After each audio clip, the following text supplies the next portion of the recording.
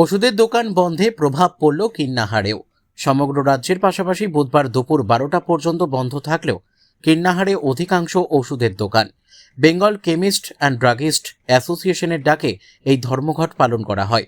যদিও সাধারণ মানুষের জরুরি প্রয়োজনে প্রতিটি এলাকায় একটি করে ওষুধের দোকান খোলা রাখা হয়েছিল বলে সংগঠনের পক্ষ থেকে জানানো হয়েছে।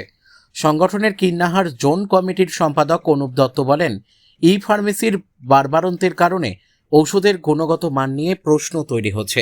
পাশাপাশি ক্ষতির মুখে পড়ছেন ছোট ও মাঝারি ওষুধ ব্যবসায়ীরাও। সেই কারণেই এই ধর্মঘটের ডাক দেওয়া হয়েছে বলে জানা যায়। কিন্নাহার থেকে শুভদীপ গুইয়ের রিপোর্ট, বিগ নিউজ বাংলা। বন্ধ ভেজাল ওষুধ অনলাইনের মাধ্যমে চলে আসছে এবং ই ফার্মেসিকে যেভাবে ডিসকাউন্ট দিচ্ছে, ডিপ ডিসকাউন্ট দিচ্ছে, আমাদের দোকানদারদের সঙ্গে কম্পিটিশন করা খুব মুশকিল করছে। এই কারণে যদি ডিসকাউন্টটা সমানভাবে দেয় তার জন্য আন্দোলন পাওয়া যাচ্ছে। হ্যাঁ, কতক্ষণ বন্ধ? আইসিটি কেন্দ্র কমিটি রাজনীতি ভারতবর্ষ বন্ধ।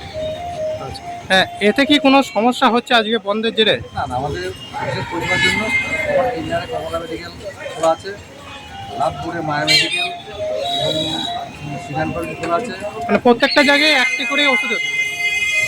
নানুরের সিজন ফার্মেসি খোলা আছে।